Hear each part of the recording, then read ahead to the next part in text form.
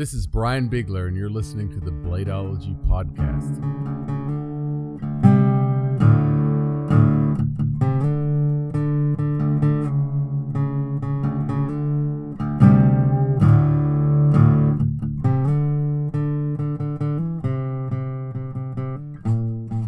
All right, we're going to jump into this like we do every week. Welcome to another episode of the Bladeology podcast. We are on this week with a modified host lineup, and we're on with a guest. This is the vocal representation of Jeremiah Burbank from PVK Vegas. Nick Chuprin of NCC Knives. Chuck Gudritis of Gudritis Knives. Awesome, and we've got Michael Vagnino on tonight. Mike, how are you doing? I'm doing fine. Thanks for inviting me. Absolutely. Thank you so much for taking time to sit down with us tonight. We're gonna go over your history as a maker, as a switchblade artist, as a master smith, and some recent projects you've been working on, which are pretty exciting actually. So let's do it. Let's jump into it. Let's not waste any time. How did you ever get tied up in this crazy industry? How did you become a knife maker? How did you get into knives? Yeah, well, I'll try to shorten the story just a bit, but in the Christmas of '95, my wife is from Denver, and we go back there every other year to spend Christmas with her family. And so the Christmas of '95, we were back there, and her brother was there, and he pulls out this knife, and he shows it to me, and it was nothing. It was a little nothing hunter, G10 scales, blade and a sheath. And he goes, how much do you think I paid for this? I go, I don't know. I'm thinking Kmart, $15-20. And he goes, nope, $150. And I said, are you crazy? And he goes, no, but it was handmade. He goes, I went to the guy's shop that built this and watched him make it. He goes, we need to do this. We can make lots of money. I go, really? Sure.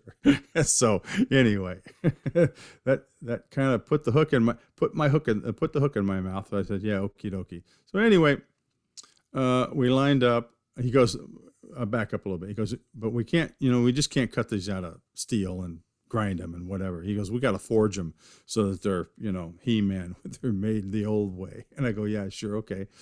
So I lined up a forging class for us with a guy by the name of Carl Sharon out of Sebastopol, California, third generation blacksmith. Anyway, and that was in May of '95, I believe. Anyway, it turned out that I ended up taking the class by myself.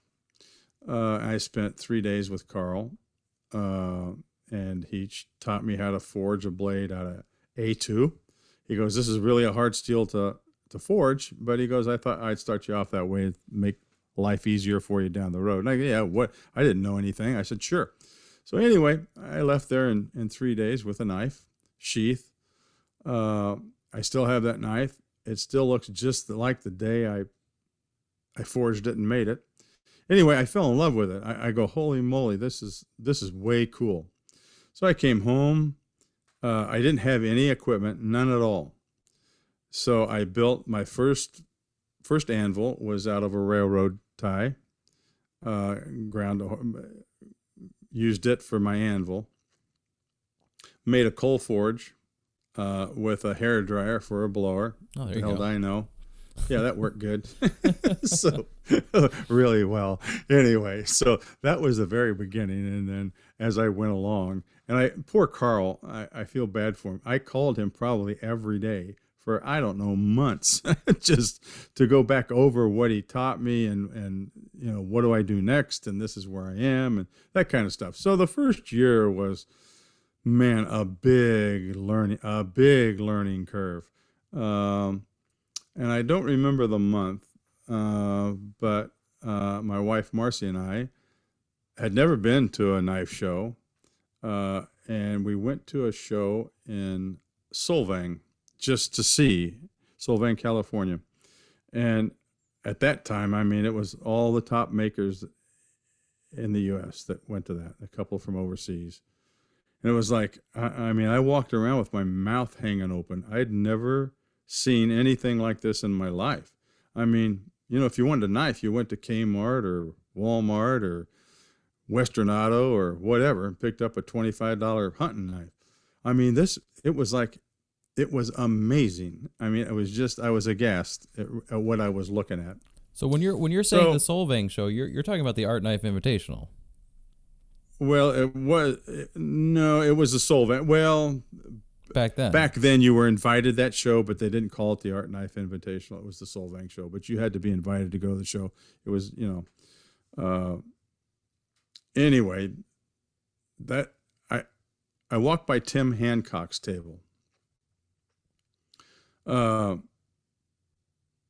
looking at his knives, and my wife, Marcy, was dragging me away from everybody's tables because I started asking them questions because I wanted to know. And she goes, you leave them alone. They're at a show. They're trying to sell their knives. This is their business. You can't be bothering them like this. So anyway, I stopped at Hancock's table, and I'm looking at his knives, and I'm just looking at him. I didn't say anything to him or anything, but I just was looking at him. He said, you can pick them up if you want. It's okay. And so I did, and I kept. Anyway, he must have seen something or felt something or whatever. And he goes, do you make knives? I said, no, I took a class, but I want to go down this road. I want to do this. And he goes, I teach. And I go, really? And he goes, yeah. I said, where are you? And he goes, I'm in Scottsdale, Arizona. And I said, that's interesting. He goes, if you take a class from me, he goes, I will lessen your learning curve by 3 years. I go, really? He goes, yeah. I go, anyway, another long story short. I started seeing Tim. I went to him probably for 3.5, almost 4 years, probably twice a year. There was one year I went there 3 times because it wasn't cheap. I mean, he charged me. I was just like anybody else. And I was farming at the time, and money was tight. So I'd save my money, go to Tim, and holy moly, it was like, I can remember the very first time that I went to see him. It was in June, first part of June. And I'm in Central Valley, California. And the first part of June, it might get into the low 90s. It's nothing bad. I went there the June 6th, I believe it was. And he goes, we'll do a little foraging, and then we'll get into, beating out a knife or whatever, blah, blah, blah. It was 106 there at night, at like 6 o'clock or 7 o'clock in the morning. And he gets me into his little foraging room that was no bigger than 2 closets. And by 10 o'clock, I'm going, I can't take this anymore. I'm sorry. I mean, it had to have been 140 degrees in this room. Oh, yeah. And he's in there just smiling, and this is what you do, and this is what you don't do. Going, holy crap, this is nuts. Like my I'm face is rethinking, do I melting. want to do this or not? And so anyway, environment. Oh man, it was something else. I'll never forget that. I can't. I don't think I've ever been that hot in my life since. You don't So realize anyway, your he body starts to adapt to the shop until you get. Oh else in there. man, Like, this was is something. unbearable. Yeah, it was something else. So I don't know. It's probably like 10:30, or it was short of going to lunch. But he says, "Okay, let's take a break, cool down. We'll go get something to eat. We'll come back and we'll spend time in the clean shop." And so we did that for the rest of the day. Came back the next day. Spent another half a day with him. Went to lunch. Probably left his shop around 3:34 in the afternoon. I'd rented a motel room. I couldn't sleep that night. I was scheduled to be there for 3 days, and I couldn't sleep that night. I had so much stuff going around in my head. I mean, it was incredible what he was telling me and teaching me. So I went there the third day in the morning. I got there around 8 o'clock. And I told Tim, I said, I got to go. He goes, go where? I said, I'm going to go home. He goes, what's the matter? You okay? I go, yeah, I'm fine. He goes, is it something that I did? Well, yeah, kind of in a roundabout way. I said, you've told me so much. I said, I can't process everything you've told me. I can't put anything more in my head.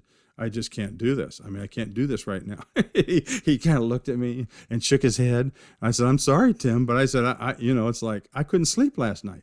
So I went home. The funny thing, just a little side note here.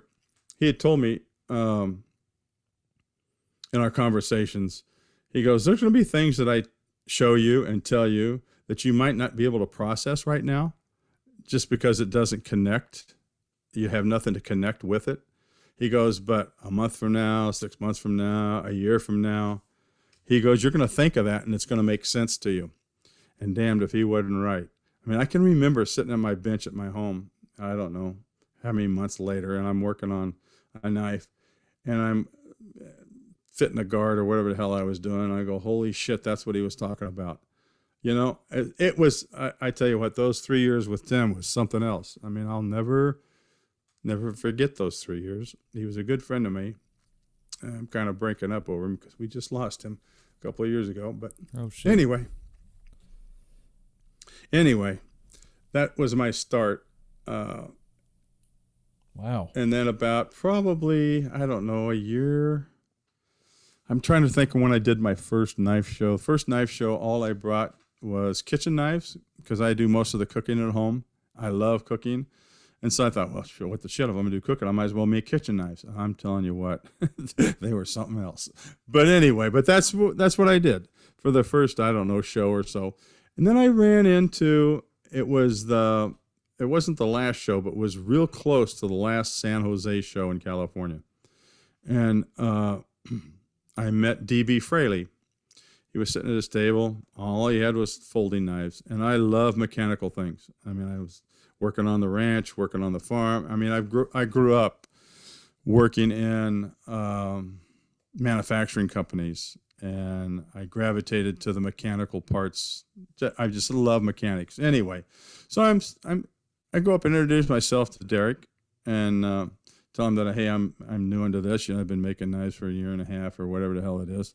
And I've always wanted, I said, I love pocket knives, but I don't know where to start, what to do, whatever. And he goes, yeah, not a problem. He goes, I learned from Stan Fujisaka. He goes, because I was from Hawaii. I'm now here in Dixon, California. But he goes, I tell you what I'll do. He goes, I'll write out. He goes, I'll draw a little diagram for a knife for you. I'll send you the screws, tell you the taps to buy, blah, blah, blah. And that'll be your, you make that'll be your first liner lock. I go, cool. So he did. I mean, if I showed you that knife now, I still have it. You wouldn't believe. I look at it and I go, you got to be kidding me. You're saying it was kind of rough? Oh man, it was beyond rough. It was something else. So, but I became really good friends with Derek, and he helped me over the next, I don't know, year. Okay, Derek, what do I do here? This is the problem I'm running into. And so every show that I went to, I would pick everybody's brains. I'm sure I made a menace of myself.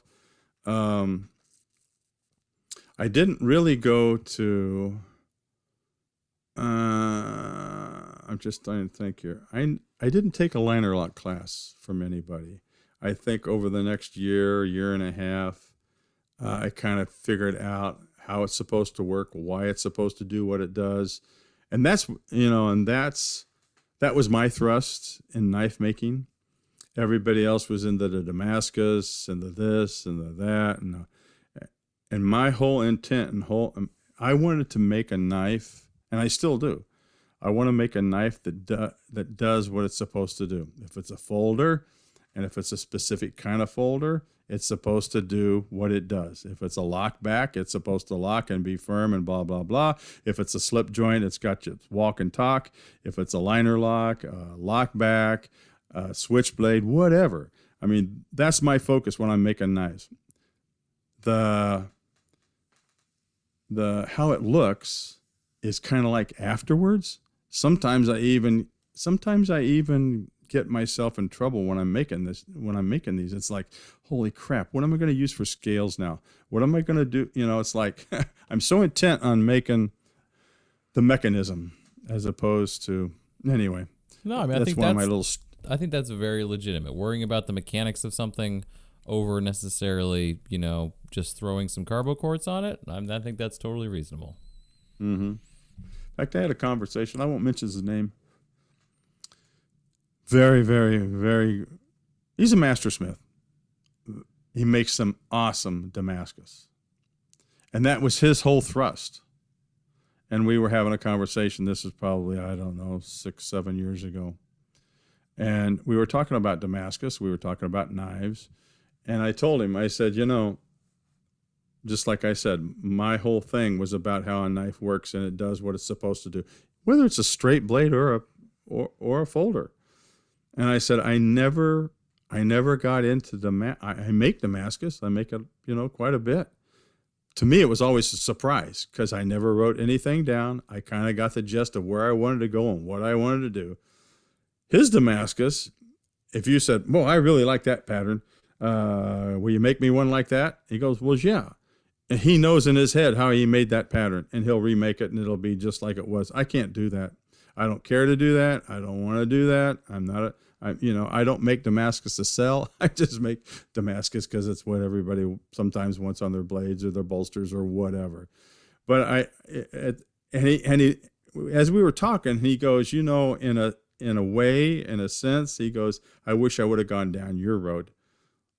I go, really? He goes, yeah, you make a really nice knife. And he goes, I know at times, mine's a little sketchy. So whatever. I guess I don't know what I'm trying to say here other than just the point of that's my whole thrust. Always has been, probably always will be, is how the thing works and it does what it's supposed to do. Function and mechanics are extremely important. And I think that's top of the pinnacle when it comes to mechanical things. I mean, certainly when it comes to a straight knife as well, you don't want it to malfunction, but definitely something that folds or has mechanics, that's a key part to the operation. So just out of curiosity, what year roughly did you get involved with DB Fraley at knife show? Just to give us let's see. I took the forging class from Schroen in May of '95. Jacked around for a year trying to figure out how to do things. 96. I'm kind of thinking it was 97 that I went to the San Jose show. I'm trying to think. Yes, that was my first show. My second show was Blade West that same year, but that was my first show. So that must have been 95. It was either the tail end of 96 or 97, somewhere around there, because it was at the Blade West show. And this is after I'd been to Solvang and whatever. But it was, and when Tim talked to me, told me about teaching and all that stuff, and okay, whatever. But he was at the Blade West show in 90, I think it was 97, let's see, 97, 98, 99. 98, 99, 2000. Must have been 98. I saw him again at the Blade West show. And I told him that I joined the ABS. And I asked him a question. I said, should I take the ABS class to knock a year off of my 3-year wait to test for journeyman? Or I've saved my money. Should I get a power hammer? And he goes, get the power hammer. He goes, you get a power hammer, I'll teach you how to make Damascus, and we'll work on knives. And believe me, it'll be a lot. You'll be a lot happier in the long run. And so I did. It was because of him I bought the hammer, and that's when I started. 98. That's right. That's when I started seeing him. The end of 97, because I got my journeyman in 201, and I got my master's in 203. Both of them through Hancock. So then I met Derek in 90. It had to have been 97, I'm thinking, at the San Jose show. I can remember the table he's sitting at. I can see him sitting there. It's crazy, huh? But anyway, because I took, for my journeyman in 2001, I took, at that time, they allowed journeymans, they don't anymore, to take 2 folders and 3 fixed blades. And I took a lock back, and I took a liner lock. I passed.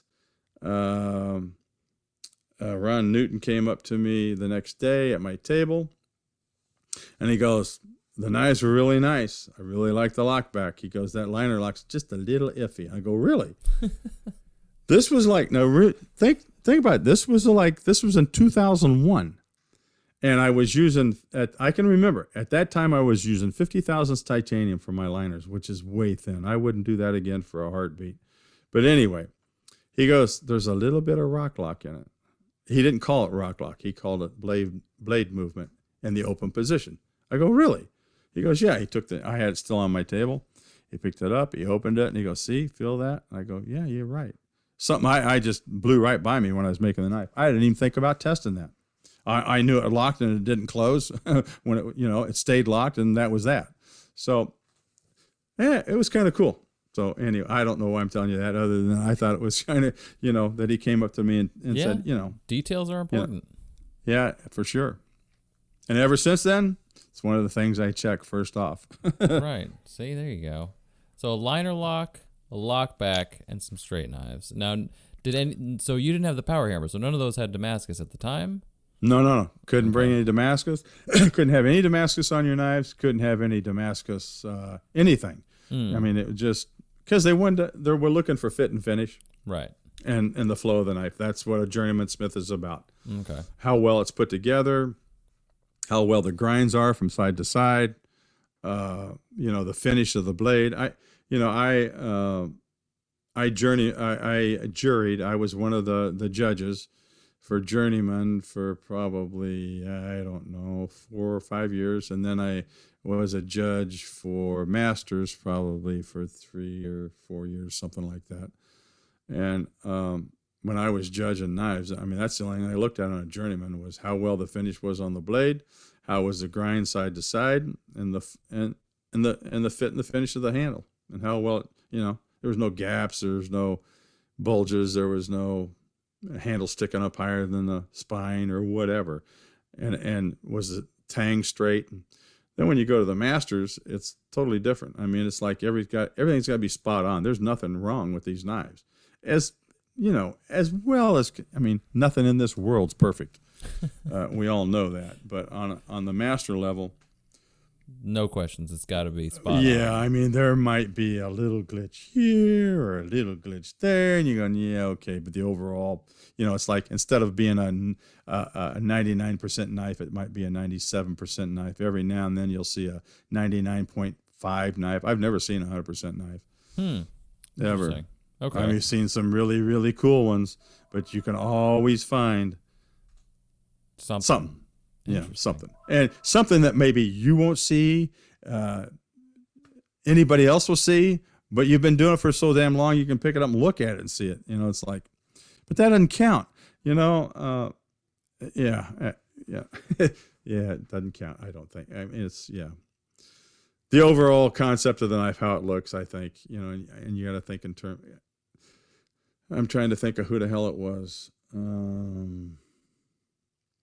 Was it a show? Was it another Master Smith's table where we're just shooting a breeze, just waiting for people to come by? And a guy came by, a customer. This was at the Blade Show in Atlanta. And I'll never forget this. I'm not going to mention the master's name because I don't want to get him in trouble because he was kind of a dick, I thought. But anyway, this guy walks by and he's looking at his knives. He goes, oh, that's cool. Oh, these are cool. And I'm kind of standing back out of his way. And he goes, do you mind if I pick that knife up and look at it? And he goes, yeah, sure, go ahead. Before he picks it up, he puts his optivisor on. And the Master Smith goes, hold on. He goes, you ain't going to look at that with that Master Smith, with that optivisor. He goes, really? Why? He goes, I don't make them with an optivisor. You ain't going to look at them with an optivisor. And the guy just turned around and walked away. Oh, wow. Oh, that's pretty cool. Okay. I mean, You're not going to look at them like that. Yeah, I didn't make it with it. You ain't going to look at it with it. So, I mean, I can understand where he's coming from, but Jesus Christ, you're trying to sell your knives or what? I mean, sure. You got to have a little bit of leeway there if a customer wants to look a little bit closer. Yep. Wow. Okay. That might have been different times. I don't know that I've seen someone do that at a show recently, but that I don't hang out in the forge section. Well, I'll tell a little story on me, and it still goes around. In fact, some of my buddies that were there will every now and then bring it up. This was at wasn't the San Jose show. It was the other San Francisco show. What the hell they call that? Well, that was one of my most favorite shows. It was awesome. Anyway, I had this client that he'd bought a couple of knives from me. and I was making a particular folder at the time. I'd made several of them, and I had, I don't know, 2 or 3 of them on my table. And he came by, said, "Hi, how you doing?" Blah, blah, blah. And I'm sitting around. I mean, 2 or 3 of my buddies were, I got one behind me, one to the next to me. We're all kind of sitting together at the show. So he picks up this knife and he goes, "I want you to make one just like this." But he goes, "I want to use these for scales." I go, "Okay, not a problem." And he goes, "I want a Damascus blade." I go, "Yeah, no, not a problem." He goes, "And I want nickel silver for the bolsters." I said, "Ain't going to happen." He goes, "What?" I said, I refuse to make a knife with nickel silver bolsters." He goes, "Really?" He goes, "Why?" I go, "Because I'm going to get it so it's perfect. And the second you pick it up, it's going to have a scratch in it. And I'm not going to do that." He goes, "I don't think I ever sold him another knife. I don't know if I insulted him or what. But, I mean, there's just some kind of things you got to draw a line to. I don't know if you guys have ever dealt with or picked up a knife out of nickel silver. I mean, you can get it so you can shave. That's so shiny it looks like a mirror. And you look at it sideways and it scratches. So why do that? I mean, right. But anyway, that's a little story on me. It'll scratch. I've scratch. Yeah. That. Yep. Like don't go down that road. People will hold a stainless steel frame knife, a polished stainless steel frame knife, and they'll put it down on like a desk surface that is otherwise clean, and it's just a cringe. And same thing with the guys at the shop. Like, don't put knives like that. Don't put any raw metal on a surface, because like there's microscopic pieces of dust or like a pebble that you can't even conceptualize, and it's going to scratch the silver. It's going to scratch the stainless, the brass. You're going to pick that knife up and look at it, and it's going to have a little snail trail on it. Yeah, we go, "Where the hell did that come from?" Yeah, like, oh, I wiped that surface down. Like, dude, it'll just scratch. Like, the world's against it. In fact, when I'm not making near as many custom knives as I have, because I've got a couple of other things going on that we'll get into later. But when I was at the height of what I was doing, that I think anyway, I could pick up stuff that a normal person would go, "How do you pick that up? It's so damn hot." But I had calluses on all my fingertips. I mean, it was like, and they were rough calluses. And if I wasn't careful, I would be scratching the knives that I was hand rubbing. If I'd pick it up and I just not thinking, instead of getting a clean rag to dust it off or to see it, and just take my finger and wipe it down, I could see. I mean, it'll leave a track, like you say, like a little worm track. I mean, it doesn't take much. Yeah, it doesn't take much. It took me a really while to figure out the calluses will scratch a sandblast to finish. Oh man, just in a heartbeat. Yeah, really. I go, "Oh, where the hell that comes? Who's been in?" I go, "Who's the hell's been in my shop?" It's like, holy shit. That's also a fun game to play in my shop. So my dad works with me, and he's been working for about a year, but he still doesn't have that I guess the heat tolerance, because he doesn't grind blades. He does all the finishing work. But my favorite thing is, like, I'll just grind off like a tab off of some titanium, and like I'm holding it fine, so he gets the impression that it's not hot. Just pass it to him, and the thing goes flying across the shop. But it's things that I know that don't matter if they're scratched because they're early in the process. I'll just pass it to him. He grabs them, and they go flying. Yeah, like, "The hell, how do you hold that?" I'm like, "I've been grinding for 10 years. It kind of, your hands go numb." Absolutely. Yep. You don't even know those nerves down there. It's fine. Yeah. I mean, it was like, it's like the tips of your fingers. I don't know if what happens is the nerves get burnt off or dead or whatever, but it was like, I could pick up plates out of the oven and not hardly even feel it. I mean, it was like crazy. I can't do that now because those calluses are not nearly as what they were. But it's part of the superpowers of being a knife maker. Absolutely. See that? All right. So nickel silver, we're at the Blade show. That guy, he didn't get that nickel silver bolster. That's all right. He'll live. There'll be some other maker that will make it for him. And I still see him from time to time at the shows, and we're still friends. Oh, there you go. So no hard feelings. I don't think he never ordered another knife from me. And my buddies, they're going, after he left, they're going, "You gotta be shit. Why would you?" And the whole thing. They couldn't believe I did that. I said, "Look, you ever work with that shit? It's crazy. I'm not gonna spend the time doing that." And whatever. Yeah. But talk about autos for a minute. Sure. How'd you get into that? I like, I like telling stories on me, just so everybody knows that I'm just normal like everybody else. Maybe anyway. So, oh man, what year was this? This was at the, oh crap. I'm trying to remember what show it was at. Anyway, I came up, I drew up a knife that I still make today. It's called the P-38, and I named it after my dad because he flew P-38s during World War II in the Pacific. And the front of the knife looked like the nozzle of a P-38. I mean, I just popped into my head one day. I said, that's what I'm going to call it. Anyway, so I made that as a just as a liner lock. I go, this is pretty cool. I mean, I like it. I like the way it turned out. I like the size of it. It was, I just liked it. So I was at the Blade West show, and this was in 2000. That was a year before I went for my journeyman. And I met Larry Chu there. Larry Chu had all his switchblades out on his table, and I'm telling you what, I love switchblades. I mean, I love switchblades. I can't tell you how much I love switchblades. But anyway, he had all his autos on his table, and I introduced myself, and I said, hey, I'm sitting over there, and blah blah blah, and we got to talking and showing me his knives and yakety yakking, and I go, how you doing all this? I mean, how you doing this? How's it work? And he goes, well, I have this stuff water jet out, and then I have a mill, and I got a CAD program that going, and it's like, I knew what he was talking about, but not really I knew what he's talking about. And it's like, okay. I'm thinking to myself, I ain't going to ever make an auto. So anyway, I showed him my P-38. He goes, that's a cool knife.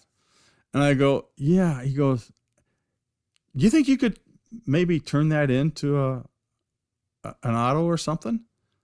And he goes, yeah, I don't know why not. So I gave him a knife, and he lived in Texas, took it home. I don't know how long it was afterwards, but anyway, he called me up. He goes, I got your CAD program to get you, so you can get your parts cut. And I go, cool. And I'm going, now what? He goes, get your parts cut out. And he goes, I'll kind of walk you through it. So the first, I don't know, half a dozen of them, it was the big learning curve. But I finally got it figured out. And I made hundreds of them. Literally, over the years, I've made hundreds of them. And I'll always thank Larry for that, for his help and for what he did for me, getting me started in that. And then learn and just understanding how a double action works and the different ways you can do it. And when we get to talking about terrain later on, because Jeremiah is... well, you can tell everybody what we're doing later. But anyway, I'm doing another run of P-38s, and it's a little bit different because the original P-38s, the back spacer was the spring. And it was kind of a pain in the ass to build the knife. It really was. But it was one hell of a spring. The only problem with it is periodically they would break. In fact, 2 years ago, when Tim Hancock had passed away, we had a hammering over at Travis's, and Tim had left a lot of unfinished projects. So I went over there for the hammer in, and Travis says, hey, there's a P-38 here that you gave Tim a long time ago that he never got around to making.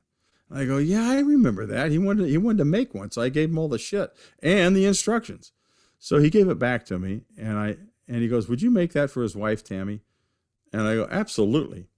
So me and Eric Fleming at the Amarin worked on it for a couple of days, and I told Eric, I said, I'll take it home and finish it at home, and put our names on it. He goes, cool. So I did.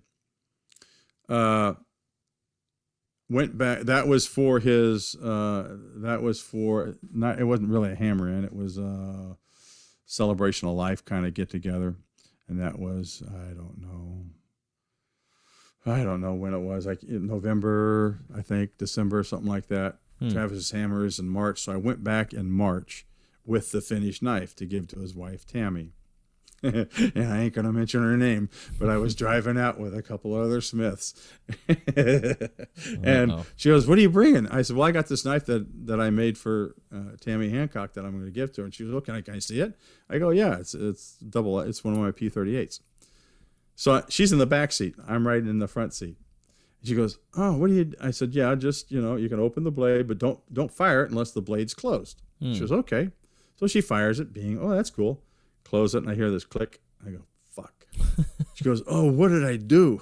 The spring broke. I go, that shit happens. Don't worry about it. So anyway, got there. Long story short again. Got there, said, "I'm sorry, I'll take it home." I took it home and redid the spring, and it's still working. So that shit happens. So in the meantime, Larry, I don't know how many years ago, decided that really wasn't a good idea to do it that way anymore. So he ended up making a separate back bar and then a spring that fits under the back bar. That fires these things, and that's the way I'm making them now, and that's the way you're going to be getting them, Jeremiah. So anyway, all right, okay, some development in the mechanism. Yeah, absolutely. Okay, and so I've made my favorite auto is a scale release. I love scale releases. I mean, I think they're so cool. They're just, you pick it up and it's a regular liner lock, and you're going. In fact, 5 years ago. At the USN show, I made one of my side swipes, is what I called it. And I'm sitting at the table. I got I don't know, 2 or 3 of them out there. A guy comes by the table, looking at my knives. And he goes, "Can I pick that one up?" And I go, "Sure." So he picks it up. It's liner lock he's playing with. That's kind of cool. He puts it down, starts to walk away. And I go, "Hey, wait a minute. You're missing what this thing's all about." And he comes back. And I fired it. He goes, "How the hell did you do that?" So I closed, and I showed him how it worked. He goes, "I'm a cop. I'm an LA cop." He goes, "I got to have that knife. I've never seen one like it." He bought it. That was that. Bam. So, yeah. But you can't, I mean, if you don't know what they are, Sure, you don't, yeah. it's a knife. That's the best part, man. People pick it up and so they just, cool. they're like looking at the knife and they're like, "I don't understand what you just did. Like, you're a magician." Yeah. Like, yeah, pretty much. Yeah. You got to pretty know where much. it is. Yep, absolutely. That's all. And you know what? Honestly, that cop probably bought that, and he's probably still collecting switchblades till this day. Oh, I'm sure he is. He's bought a couple of knives. I see him every now and then either at the California show or at the USN show. So nice. He's a nice guy. We've become friends. So good. Yeah, nice guy. See, that's ideal. That's that goes a lot. We talk about shows a lot on this podcast, and how about going to shows and experiencing the show with makers, with customers, with friends, with family. That's so important. And that's exactly one of those moments is where you just, if you're standing at your table and you're talking to customers, you're going to make a friend, you're going to make a customer, you're going to, introduce somebody to something that they maybe did not know before. And in that case, it was, a hidden action switchblade, which is awesome. Mm-hmm. Yep. Crucial. Well, the fun part about that is when you hand it to someone and they don't know how to open it. Mm-hmm. And I don't know. You're a knife maker. I'm a knife maker, and it's like, you hand it, no matter what the knife is, you hand it to somebody, and you see them having a hard time operating it, whether it's a frame lock, a liner lock, a flipper. Oh man, flippers just kill me. I mean, it'd be like, it's like grease lightning. A guy come by the table, pick it up, and he can't flip it. I go, "Wait, is it stuck or something? Let me see that knife." And it's like, "Fuck, this is firing perfect. This is probably one of the best ones I ever made." And I give it back to him, and I'm going, "Feel like you're flipping a light switch." And it's like, I don't get it. I don't know if they have. I don't understand why people. I guess what I'm saying is I don't understand why people can't flip a knife. I mean, it's just with a flipper tab. I don't get it. I mean, I don't get it. I think it's just one of those things where we think it's a natural action, and for us it is, but for a lot of people it's not. I mean, Nick, you're good at this. Nick's detents are like extremely hard, like terrifyingly Mm-hmm. hard. And the first time I ever fired one, I was like, my finger is like hurting, and it just wasn't something I was used to. And I think, pussy fingers, but right, different problem. yeah, like Yeah. like certain makers just make extremely strong detents, and I think customers are just, they don't want to break it maybe or something. I don't know. I don't know. Well, my dad, it took him about 4 months of full time working with me, and mind you, the year and a half of like part time, like weekends. Mm-hmm. But it took like 4 months of full time before he got it. And I think there's a hesitation is the problem. I think right when they think it's about to go, they let up on it or an angle. But it Yeah. took a while for him to get it smoothly and properly to where I have to check each one since he does my lock and detent and I finally tune it. But I would watch him do it. It doesn't flip, and I'll grab him like, no, this is a perfect detent. Right. Yeah. But I don't know. There's something about it. I handed it to a friend of mine who's never held anything but like a Gerber or whatever, Yeah, or something basic that they have issues flipping it too. Like, how do I open this? I'm like, just down. just fucking do it, guy. Yeah. Right. Yeah. But there's something about the mechanics of how their hands move and how they think it should. Yeah, and I've picked up some knives, just walking around a show or whatever, and I couldn't flip them, and I started looking at them. I'm going, why can't I do this? And you use both hands so you can feel the detent, and I go, well, the detent's not all that hard. I mean, it's not like it's a bank vault. And then you stop and you look at it, and you're going, well, their flipper tab is too far back, and it just, the geometry of it all just kind of ruins the whole thing. And I've seen that a lot on knives. In fact, another knife maker that wanted me to help him via the phone to make a flipper, his first flipper. What do I need to do? Blah, blah, blah. And I said, well, the best thing I can tell you is to make sure the front of the flipper is at least just past halfway of the pivot towards the front of the knife. If you get it too far back, you're not going to be able to flip it. I don't care what you do, unless you use your wrist or your hand or whatever. But just to hold the knife and move your finger ain't going to work. And sure enough, that's what he did. And he posted it, and I could see the only way he could open it was if he flicked his wrist. And to me, that's not a good flipper. If I can't hold the knife in my hand and not move anything but my finger and have it open, then there's something wrong there. I mean, the geometry or bad detent or whatever. But if I got to flick my wrist to open it, I don't consider that a very good flipper. No, That's not just me, not, but not in the traditional sense. It should launch itself. Yep, that's the way I look at it. Ideally, that's how it should work. Yeah, flippers are a strange thing. But that's why switchblades are great, man. And who would have thought?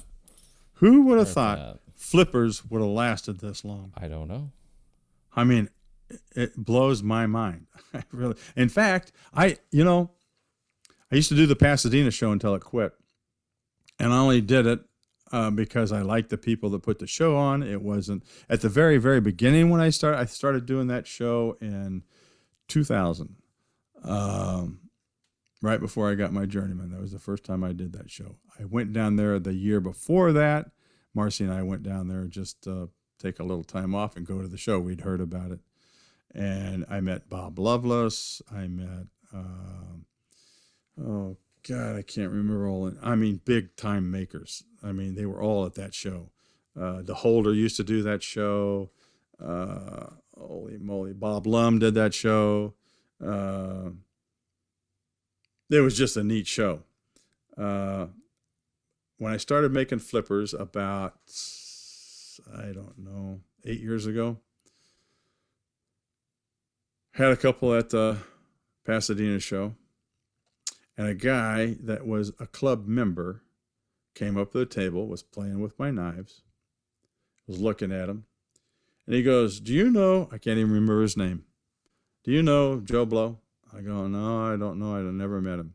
He was making these 15 years ago. I go, you're kidding me. He goes, nope. He goes, that's the first flipper I ever saw. You go, huh, ain't that something? I mean, he was no longer around, but it just I don't even know why I bring that up. It just kind of amazed me because at the time I thought flipper was the new thing and holy shit, nobody's ever done this before and, kind of thing. I mean, it's always, we do sort of chat about that a little bit, but history, which is certainly one of the reasons I'm doing this, is history is important. And in the knife industry, history is one of those things that just doesn't get enough credit. And then you get a lot of people who just, on the Instagram especially, they get on there and they claim something which is somewhat baseless, having no concept that something that is pre-existing for so long. You get people who just forget, like no, like that, that really is a Lum folder, or perhaps Lum got inspired from something else, but you know what, Lum brought it into the light and popularized it, and so it's a Lum folder. Like you didn't design it, but that's just how it is. Yep, absolutely. I mean, I don't know, any of the students I tell them, I just say, hey, look, there's only one straight line and there's only one curved line. It's what you do with them that's important. So there you go. I mean, that's all there is. There isn't any more, Right. And you can see I've got, I don't know how many damn knife books I got. When I first started doing this, I bought every damn knife book I could get my hands on. And you can see, if you pay attention, influences that other makers have or have had, whether through visually seeing something and going, oh man, that's fucking cool. And then they tweak it a little bit and put it into their stuff. But if you pay really close attention, you can kind of get your little history line there, what's going on, and it's important. I think you're right, Jeremiah. It's moving so fast. It really is. In fact, I was having this discussion with another maker friend of mine, I don't know, 6-7 months ago. And we were talking about the knives that are being brought to USN now and California show. And I go, these are the knives that I was making 20 years ago in the ABS. I mean, it is. Yeah. I mean, no, yeah. And then 8-9 years ago, it's like, okay, let's do all gray blasted flippers. Right. And that's all you could see. And it's like, and then the guys that are making these gray blasted flippers about 2 years ago or 3 years, hey, the sales are starting to slow down. Maybe if I'll put a bolster on this thing, or maybe if I do this, or maybe if and it's like, holy shit, I was doing this 20 years ago. So I'm back making ABS knives. Yeah, so. It's weird how it's very weird how some of that is cyclical. Chuck and I do talk about that. It's the same idea. It's like some of this stuff, it just keeps coming and going, and then other stuff, you look at it and you're like, I don't know how that lasted as long as it did. I just can't figure it out. But tastes come and they go. And, I think automatics we're coming into, I think we've slowly been really embracing automatics. In the last 2 or 3 years, it's really ramping up to like a fervor almost where, I look out there and I see more California and mid-size automatics than I've ever seen before from big companies, from big, like people are looking to get into knives that they're unfamiliar with. And they are looking to get mechanical with it. They're looking for something different. Yep. And I think it's great, obviously, because first of all, I love switchblades, and I think it's great to switch it up. That's just how it is. But exactly that, like, it's funny how you look back and you're just like, man, it's just Ouroboros all over again. It's just the snake. It's just like it's just coming full circle on that stuff. Yeah. And I think, I might be wrong here, but I think that the one particular knife that still has the biggest ups and downs is the slip joint. I don't know how many highs and lows I've seen in my 25 years of the slip joint. In the past, it was hot for maybe a year and a half. Then it starts to go down, and then it'd come back up. Now it's kind of been on a high here for quite a while, longer than I thought it would be. The problem with It's like, and this is and I'll tell a little story on me too. Especially when I was in the ABS, well, I'm still in the ABS, but when I'm still in the ABS knife making mode of those types of knives, fancy, I call them. It was when I always felt like I was chasing a rainbow. And I don't know who I can't remember who, but they said and it wasn't Hancock, it was somebody else. And they said, you can't do that. You just got to make what you want to make. And when I heard that the first time, because it was like, take the slip joint. Okay, the slip joint was on the rise. By the time I got geared up and started, having my clients and customers, oh, hey, Vagnino's making slip joints. Well, they were back on the downside, so it's like I was always chasing something. And when I don't know why I'm blocking that. Anyway, said, you just got to build what you want to build. And, it's kind of like what was the Costner story? You build it and they'll come, the ball diamond. It's kind of like, start building the stuff you want to build and your collectors will come. And that's what I've done since then. But I pay attention to the trends and what's going on. And in fact, it's a pretty big time purveyor. I can remember when the USN show started. I just moved into the house that I'm in now. 12 years ago or whatever the hell it was. I called him up. He was buying a lot of my knives, a lot of my P38s, as a matter of fact. And I go, hey, what do you know about this new show that they're going to have in Vegas? And he goes, you don't want to do that. I go, why not? He goes, it's not your kind of show. I go, why not? He goes, it's all tactical stuff. And I go, what do you mean tactical? What's tactical? He goes, it's all going to be just down and dirty, titanium and blades, whatever. And so I go, yeah, okay. Because I was still making what I call ABS knives. All pretty shit. Well, so 2 years went by, and I keep hearing what people are saying about the Vegas show and the excitement around the Vegas show. And I told my wife, I said, screw what he says. We're going to do the Vegas show. And this is no shit. She'll attest to this. So that was, when did we do that? 8 years ago? 9 years ago? Whatever. We've missed the first two shows. However long ago that was. The Blade show was starting to get a little scrungy. The ABS was this was before Forged in Fire. Everything was just kind of getting blah, blah, blah. We weren't all that happy. I mean, whatever. We went to the Vegas show, and it was like a brand new universe. It was. Yeah. We walked in there. The customers were so excited. The people coming in the door were so excited to be in there. I mean, you could just feel it. It was like electric.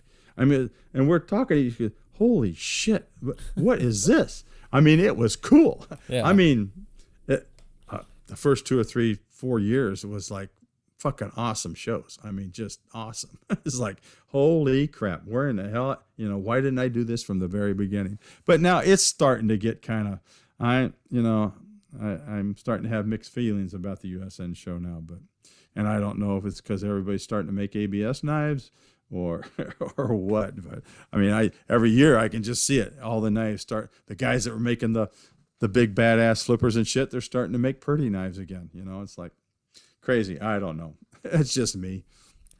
It could be multiple things. I know we've all gotten real hooked on the materials. That's a whole other game, is dressing up a tactical folder with, Mokutai and Damascus till it's something else. I don't know. It falls into some other weird category of like high-end art tactical folding thing. Right. I don't know. I don't know. Well, it's all, like we talked about. It's a come and go with styles and tastes. Right. Either the collectors are following the makers, or the makers are trying to figure out what the collectors want, or I don't know, some other weirdness in between. But the USN show is a great show. I was bummed Yeah, to no, miss it and I'm this not going year, to stop and, doing it. It's just you kind know. of feeling. I want to ask you guys a question. Sure. Seems to me, maybe in the last, and I'm thinking Chinese, the last 4 years or 5 years, the advent of factory knives, Italian, Chinese, whatever, started really kicking in.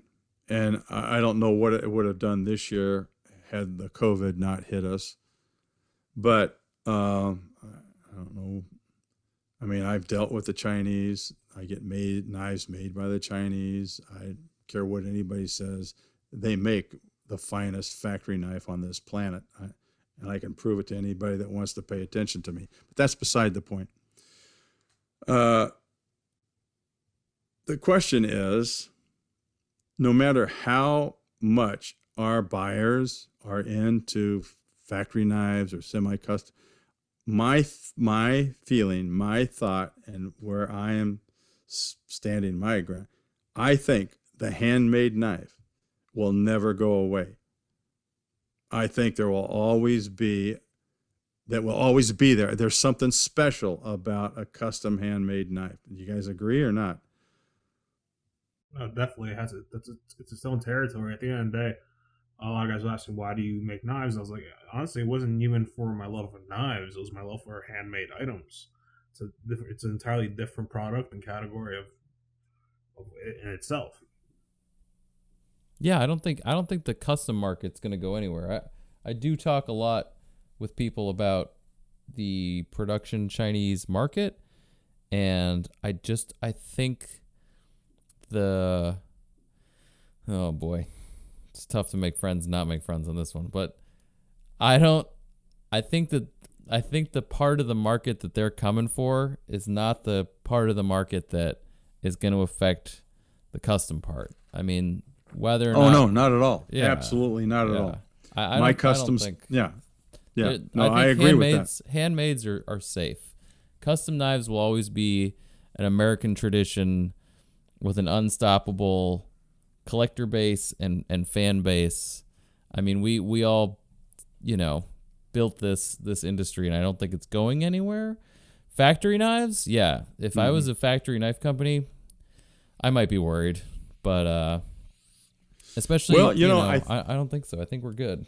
I think about that. So you think about the impact that the factory knife, whether they're Italians or Chinese or wherever the hell they're coming from here in America, what's their price range? $100 to $300 or $350.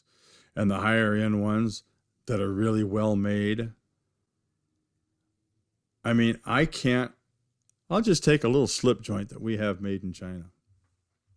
I can't make that slip joint and sell it for what they sell it for. I mean, I just can't do it.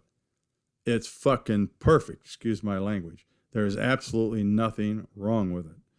And I mean, because of the way they make it, all their parts are wired out. Then they're put on a CNC. I can take 20 of their knives, take them all apart, scramble up all the parts, pick the parts up, put the knives back together, and they're all the same. I can't do that. There's no way in hell I can do that. I don't have a CNC. I don't have a wire machine. It's my hands, my grinder, and a 70-year-old mill. And so I can't compete that. And I guess what I'm saying is I can't make a slip joint and sell it for $200 and compete with that. So what do I have to do? I got to do something to that slip joint, of my slip joint, to make it a $600 or $700 knife. Well, you Damascus blade, Damascus bolsters, do some engraving, blah, blah, blah. And that's, so I guess what I'm saying is the really good factory stuff is they've put their stamp on the 350 and below knives. And unless you're some kind of machine or something, or you got your own CNC and your own wire and own shit in your shop, then you can do it. But the regular handmade guy, I don't think we can do that. But I'm not talking. I guess I'm still agreeing with you guys. Is that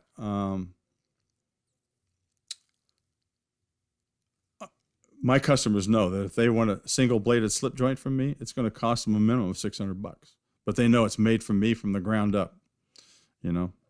And I guess they're willing to pay, and they're going to pay for that, as opposed to a factory knife that's probably made just a little bit cleaner. I don't know. I mean, it boggles my mind. It really does, to look at these knives and go, how in the hell are they doing this? It's crazy. It really is. It just boggles my mind.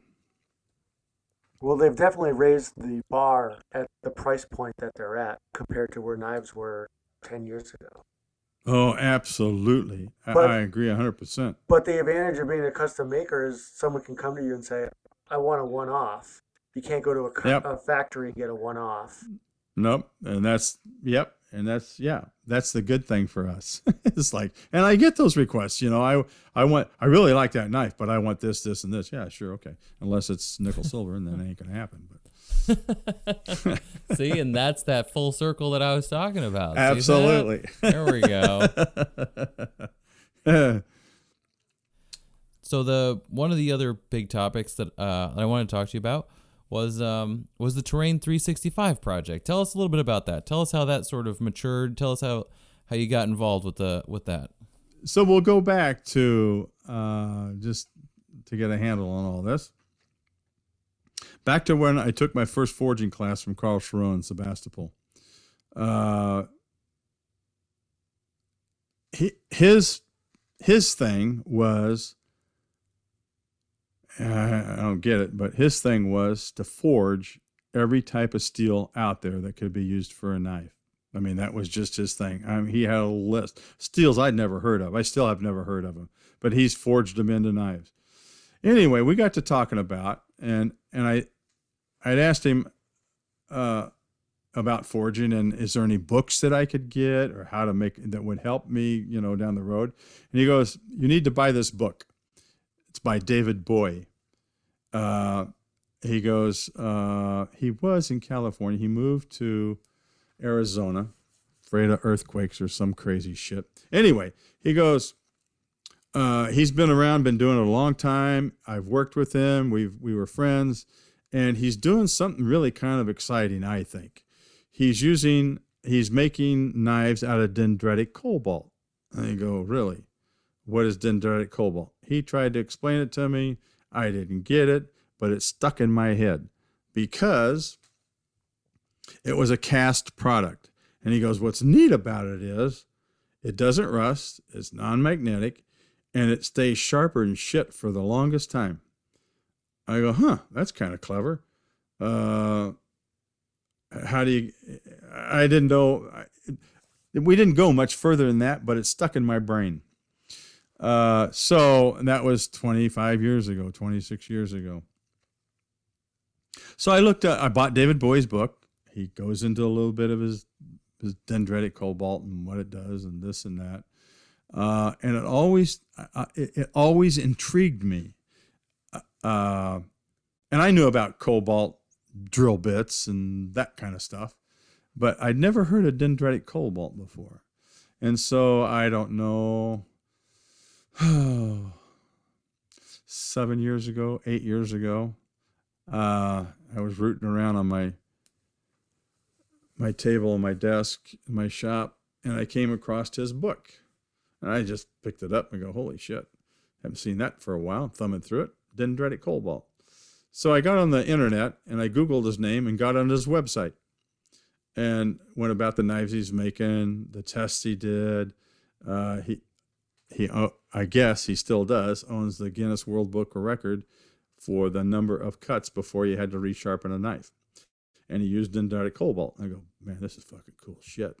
So I called him up out of the blue, told him who I was, where I was, what can you tell me about this stuff? What do I need to do? And he goes, well, it's cast. And I go, okay. He goes, so you got to get a mold. And I go, how do you do that? And he goes, they're pretty expensive. And I go, like what? And he goes, I don't know, $4,000 to $6,000 depending on what your blade shape is. I'm going, okie dokie. We talked a little bit longer, hung up the phone. I'm going, well, that's kind of out of my bailiwick for right now. I can't afford $6,000 for a mold. A couple of years go by. I got to rethinking about it. I drew up a knife that I really liked. I'm going, this would be kind of cool as a dendritic cobalt knife. It was kind of like a dive knife kind of thing. So I got back on the internet and I started searching for foundries in the United States that poured dendritic cobalt. And I ran across an outfit back in New York, called them, told them what I was doing. He said, send me the drawing. Send him the drawing. Guy calls me back in a couple of weeks. Yeah, nice project. I mean, how many thousands of these you're wanting to do? I go, wait a minute, how many thousands of what am I? No. I'm just a one-man operation here. You know, it goes, well, I don't think there's enough production there for us to get involved in. Yeah, okay, cool. So I kind of put it on the back burner again. Oh, I don't know, 6-7 months later, a lady calls me from this company, this casting company. Told me who she was. We were going through past stuff, blah, blah, blah. Ran across your name, what you're wanting to do. Are you still interested? And I go, yeah. The problem is I don't have a mold. I have no idea where to get a mold. I don't know, blah, blah, blah. And she goes, we have a mold maker overseas. Didn't tell me where. I'm guessing China or Taiwan. It'd be my guess. They wouldn't tell me. I said, okay, how much? And she goes, I think it was like $2,500 or $3,000. And I'm thinking I could swing that. So get it made. They ran off, I don't know, 4 or 5. In fact, I've still got them, 4 or 5 samples. I said, yeah, that's good. This is really a long story. I'll try to shorten it up. Anyway, it ended up that whoever was pouring the knives over there decided they didn't want to do them because there wasn't enough volume. I was wanting to do 50 at a time. And so anyway, I brought it back over here, found a company in LA, a foundry in LA that would do it. I had 2 more molds made, blah, blah, blah, started doing those. In the meantime, and I've known Patrick Ma, he was the first person to ever buy multiple of my knives, and that was at the Oregon show. The first Oregon show that I did, Patrick stopped by my table. I had a bunch of P38s on the table because I really love that knife because it's right up his alley. He loves spear point knives. If you ever looked at his stuff, I mean, he goes, I love that knife. He goes, I want some. I go, how many you want? He goes, oh, I'll take 5. I'm going, I was flabbergasted. Nobody knew that. I was going, yeah, okay, sure. Not a problem.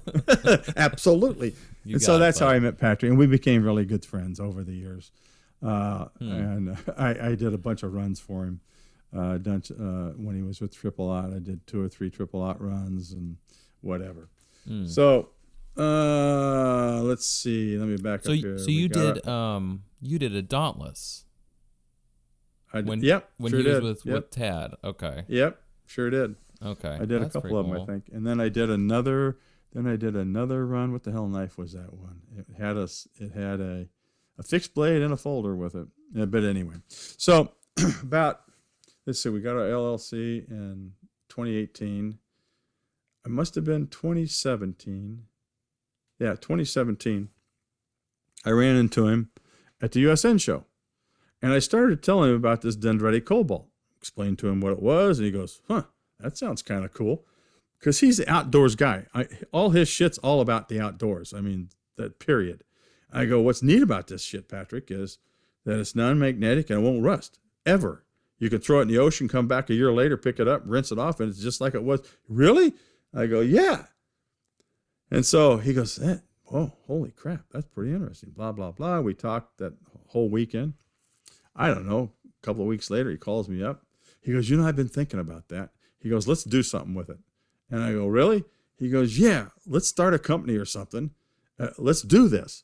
And I go, yeah, okay. So it took us, I don't know, a year to get everything ironed out, what we were going to do, get some drawings, where we're going to get it made, that shit. So we got our LLC in 2018. And the first folder we did was the Otter, a slip joint with dendritic cobalt blade. And then we did the Invictus, and we've done the STS. So we've got, I don't know, 4 or 5 other designs in the works. In the meantime, I did the straight blades, the molds that I had made. So that's kind of when. I'm trying to think of when I met you, Jeremiah. Let me think. Because we yacked about Yeah, switchblades. Right. I'm trying to think. We met up in there somewhere because I think I remember coming across terrain probably through a design, and then you and I met at a show. Right. And I'm kind of thinking it's halfway through 18 or something, like that. That sounds right, because it was relatively early in the terrain saga, because it was I want to say it was the Bally Song before. Yeah, it was the Bally Song was the Invictus. first one you bought. Yeah. The Bally Song was the first one that you bought. That smaller Bally Song. And I thank you so much for that, cool. because Absolutely. it was, you go, I want X amount of these. I go, oh, no shit. Jeremiah's my new best friend, my BFF. Absolutely. Like that's so that so design then is we started so talking. cool. You know? Yeah, It's then we great. started talking about autos, and the first one I was going to do for you was going to be a scale release, but that kind of got put on hold for a number of reasons. But hopefully next year I'm going to bring it back to life. And I said, well, how about doing my T-38? And he goes, yeah, sure. Send him a picture of it. Yeah, it looks fucking cool. So it took me, gosh, I don't know, 8 months or so to finally get a prototype. Okay, the prototype. It's now in production. I'm hoping we're going to get it by the end of November. But the prototype they sent me, there was a couple of tweaks they had to do. Had to make the spring a little bit stronger. A couple other just really, really minor things. But you're going to love this knife. It's so cool. It's scary. It's really cool. But it's got a dendritic blade. And yeah, I'm excited about this. I'm looking forward to it, man. The whole... So I'm totally for it, because I think the whole terrain project is so neat. It's got great branding. You know, you've got you and Patrick behind it. You know, you guys have come together, and it really, I don't know. I just dig it, man. It's like, it's a great outdoorsy sort of offshoot from the whole Prometheus TAD thing. Right. And the people that I see buying these knives are a lot of the time actually people who are using them. Like when we had the Invictus folder in, we got actually more response from our customers talking about using that Invictus than we did for a lot of other knives. And I don't know if that's the knife. I don't know if that's terrain. I don't know if that's Patrick. I don't know if that's you, but it's just like that form factor. People they respond to it. And they're like, yeah, actually I went out and took it camping and I loved it. Like, it was great. I was oh, wow, that's really good to hear, man. Like, that's awesome. Yeah. And it's dendritic cobalt. In fact, I could look up that you guys probably know him or know of him. In fact, I just ran across this yesterday. I'll pull up his thingy here in a minute. Slicey Dicey 75. You know him? Who that is? He did. He's got an STS that he did a review on. Really liked it. He goes, but I don't know what. He goes, I really like it.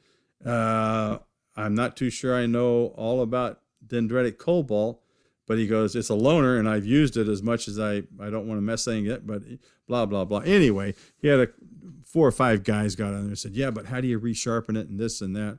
And so my wife, Marcy's been after me forever to do a video on how to resharpen this stuff. Dendritic, it's not a bad idea. Dendritic cobalt's kind of neat stuff.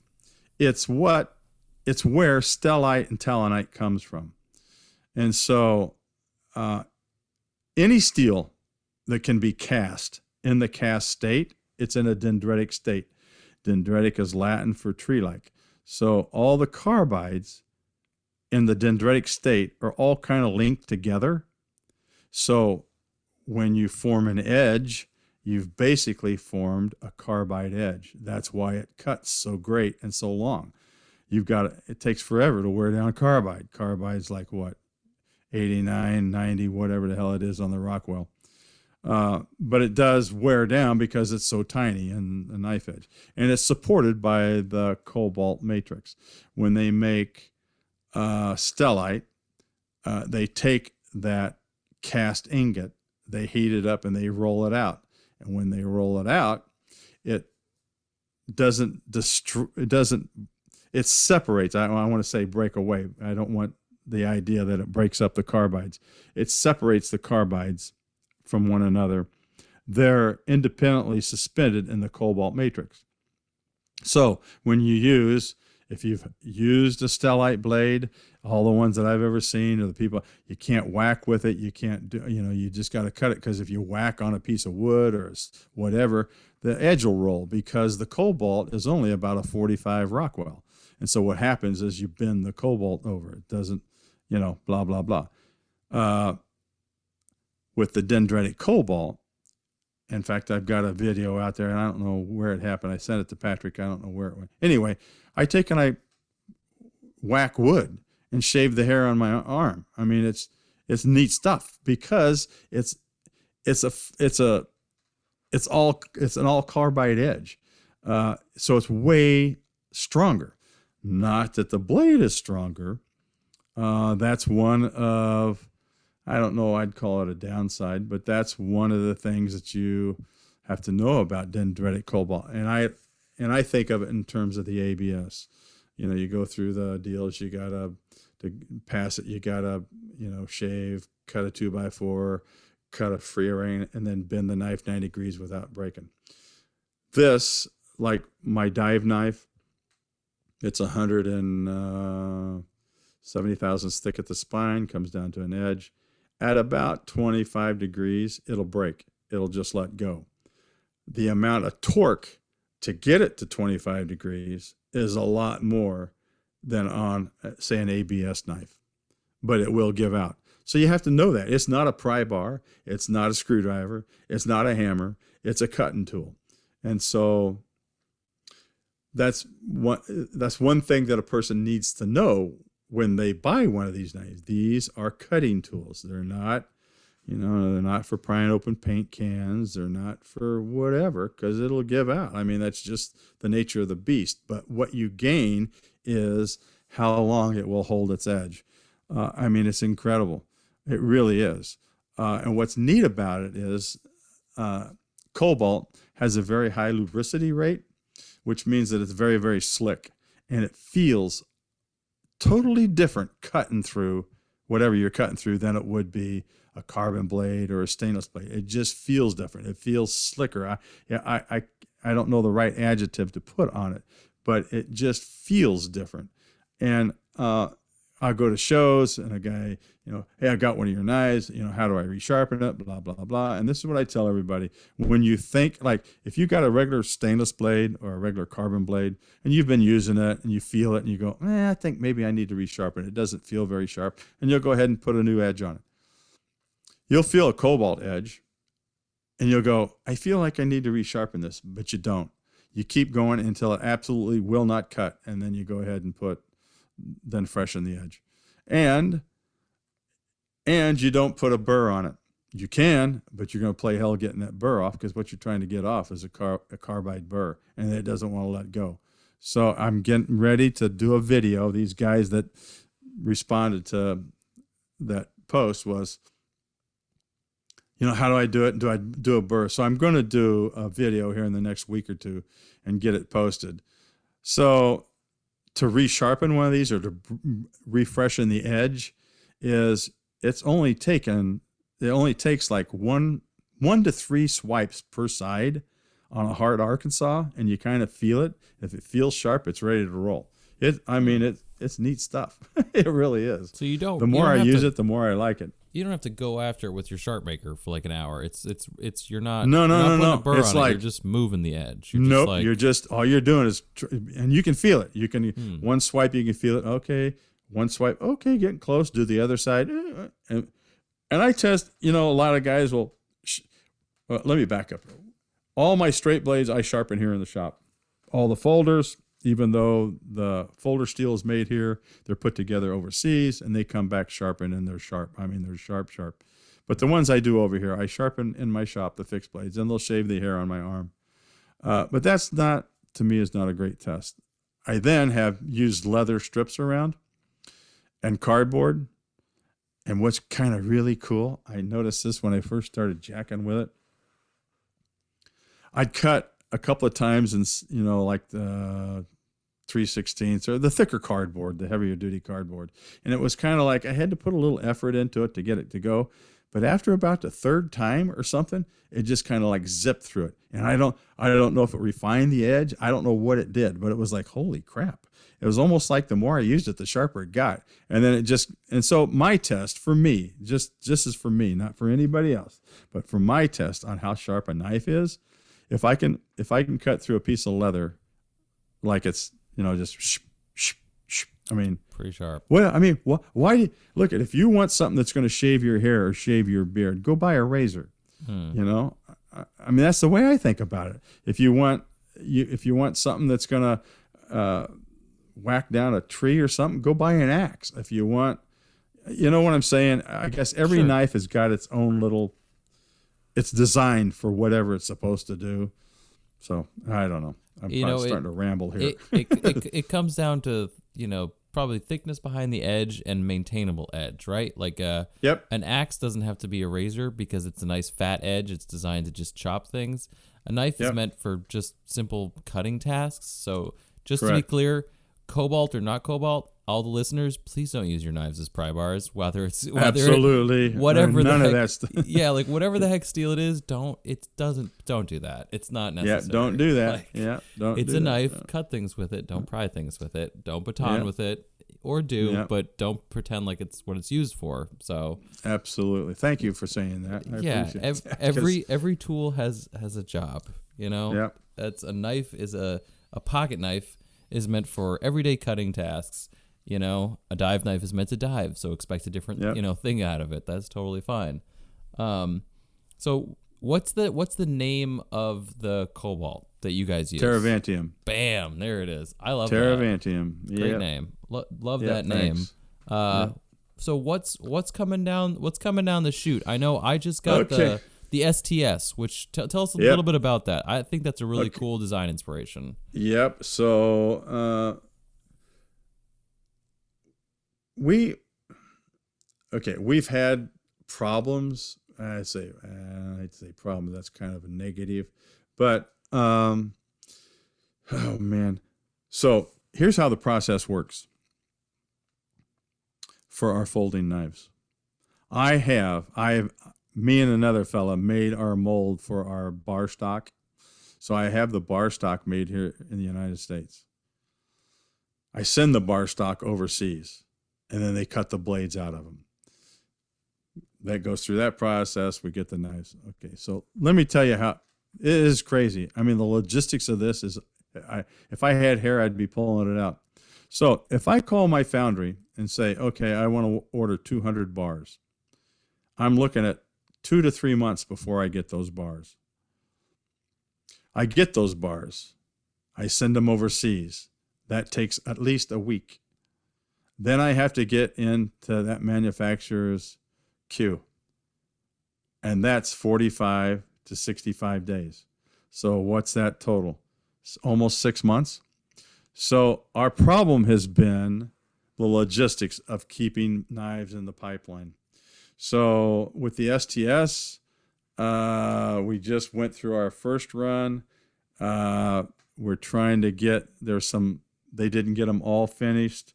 They just got some more bar stock. In the meantime, and you're the first to know, we just got our Invictus AT. I haven't even unpacked them yet. And it's going to be an Invictus with G10 on one side and titanium for the lock side. I got to get them sent up to Patrick so he can take pictures of them so we can get them ready to post. And so we're probably a week away from releasing those, but just to give you a heads up, That's awesome. Jeremiah, we'll figure out something for you. Heck yeah. So then we're going to have,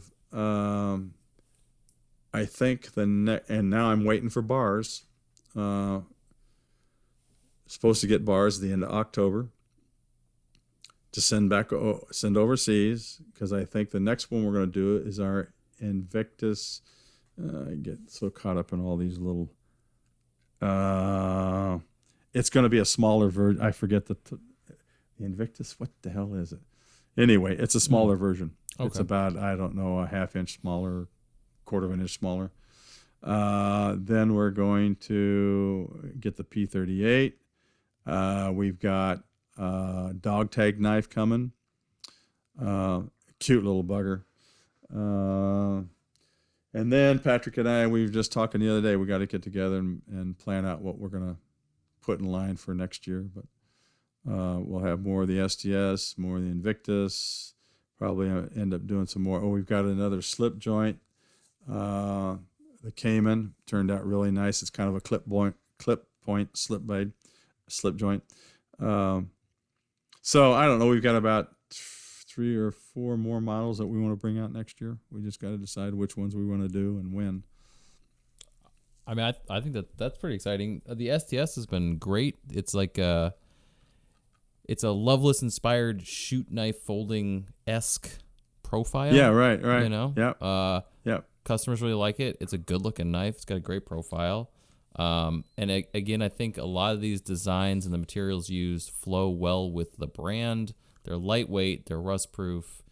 You know, a lot of these are frame locks, but you know what? It falls into, you know, knife use, what the knife is going to be used for, right. Which I think is important. You know, it's not just using materials nonsensically. Like a full G10 face and titanium lock side lightens the knife while still making it strong. So, right. I mean, I'm pumped to see what Terrain has coming down the chute. I'm lucky enough to privileged to be dealing with you directly, so you know I get first dibs, because I will tell you, one of those Invictus ATs is going right in my pocket. Like that's I'm a huge Invictus and Dauntless fan, so I mean that's totally it's not automatic, but I think it looks great. You know, that might be a project that we can work on down the road. You know, we talked about that once before, coming up with something that's just a PVK thing. Yeah. So that might be something to think about. We'll work on it. And Invictus Auto, that'd be kind of cool, huh? Yeah. No, I think you and Patrick are definitely. I think this year and definitely next year as things settle down, I think it's going to be great. I think it's good things to come, man, for sure. I'm hoping so. We've we've got a 3-year plan, and so far we're kind of sticking to it. It's just we just got to get the logistics figured out, and once we get that ironed out, I think we're up and running. So nice. Okay. Well, and this might be speaking out of school, but I think I talked to you or mentioned it to you. There is a slim possibility that we might be introducing an SM100. So. Oh, you mentioned that. Okay. All right. So throw to the mix. That's down the road. So, right. But again, another non-magnetic, rust-proof kind of like that people. Yeah, I think people know more about It's kind of strange. Well, I don't guess it's strange. Know a little bit more about SM100 than they do dendritic Cobalt. So. Yeah, but I tell you, it's more the custom industry, and no one knows what that Cobalt is except for the few that used it. Yeah. And there's a few guys. David Boy's still making his knives. He's got his own little niche. Not doing anything like what we're doing. There's a couple other guys. I don't know that were friends of his in Arizona that were doing cast knives. I don't know if they're still doing them or not, but I kind of think. I'm pretty sure we're the only Terrain is the only one in the world that's making knives like this. So that I know of. I mean, I don't think. Yeah, not right. Exactly. Nobody else that I know of is doing it like this. Yeah. So, I'm excited about it. I think it's kind of cool. See? Kicking ass and taking names all the way into 2021, man. That's absolutely. That's what we want to do for sure. Most of the time there are things that that get overlooked or underlooked? Michael, you tell me. How are we doing? Did we cover most of the highlights tonight? I think so. And when I talked to you earlier, I thought you told me, about 90 minutes. I go, 90 minutes. I just looked at my clock. It's over 90 minutes. I'm going, holy shit, where'd the time go? It goes like that. You get rolling. Yeah, no. We kind of hit the high points. Nice. I like just to throw this out there if anybody's listening. I enjoy my degree, whatever that's worth from college. It was art and education. I love teaching. I always kind of thought in the back of my mind that that's what I'd be the rest of my life. So I really dig teaching knife making. I mean, I just I don't do as much of it as I used to, but I still have a few students that come by, and I don't know. I don't want to say I love it more than actually making the knife, but it's damn close. I really get excited about, I've had students that, I want to learn how to make a knife. And you can kind of tell halfway through the process that, this isn't really, they're going to take this class and they'll probably never make another knife. And then you have a student that you can't tell them enough information fast enough. I mean, it's like they're a sponge that's just waiting to explode, and they just can't wait for the next whatever. And those are the ones that get me excited, And I always think of it in terms, if I can help somebody get going and teach them, and they end up being a better knife maker than me, then I've done a pretty good job. So it's kind of the way I figure it. Right on, man. I think that's an excellent way to look at it. I think that information is a constantly evolving and flowing thing, and that we're only holding on to this information for so long. It doesn't belong to us. We're just imparting it into others, and what they do with it is that's their thing. So someone taught you, and you did amazing things with it. If you can pass that knowledge on to somebody else and they do amazing things with it, that is the destination and point of the knowledge, which is just to continue infecting people's minds with awesomeness. Yep. Because the bottom line is, there is no secrets in this. there are none. I don't care what anybody tells you. See? Somebody somewhere else has done it. It can be figured out. Yeah, absolutely. Right on. Well, okay, that's a great. What's the best place that people can follow your work or get in touch? Okay, with so you? Terrain is our website is terrain365.com. My website is mvknives.com. However, it's down. It's being redone, and it's just another time crunch. I'm hoping we'll get it done here pretty quick. But so you'll just get a page under construction if you go there. So just remember it, jot it down somewhere, and a couple of months go back and visit me. But you can always email me, Mike at mvknives.com or Mike at terrain365.com.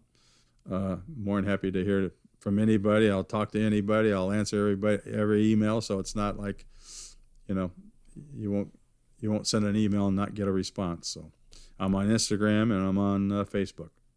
Nice. See that? If you've got questions, forward them. They're going to get answered. Absolutely. They're going to get answered. I'll do it the best I can anyway.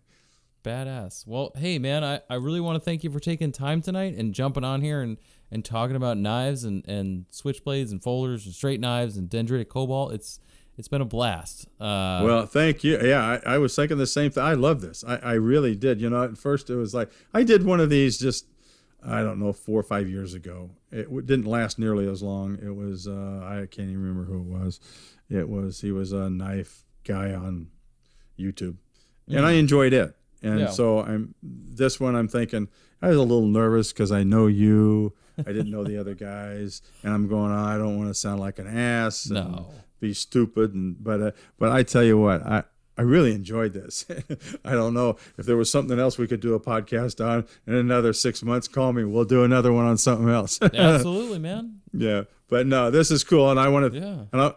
I want to thank you guys. I really do appreciate it. I really do. Yeah, man. Absolutely. It's been a pleasure to get on here and talk knives, right? That's absolutely. What we do. I love talking knives for sure. It was Badass. definitely That's fun. for Great sure. to hear your story. I wish I was able to intervene more, but unfortunately, these people are fighting outside, and I kind of stayed muted for a lot of that. Yeah. New York for you. Yeah. Well, thanks, guys. Absolutely. Hey, yeah, absolutely. This is Jeremiah Burbank. I'm thanking everybody for listening to the Bladeology podcast tonight. I'm gonna sign off, and we're looking forward to it. Thank you so much, Michael, for coming on tonight. Guys, I'm gonna let you follow me on this one. And this is Nick Chubin of NCC Knives. You can find me at NCC Knives on Instagram or my site, nccknives.com. Signing off. And this is Chuck Gudritis of Gudritis Knives. You can find me on Facebook and Instagram under Gudritis Knives. Signing off. Thanks, guys.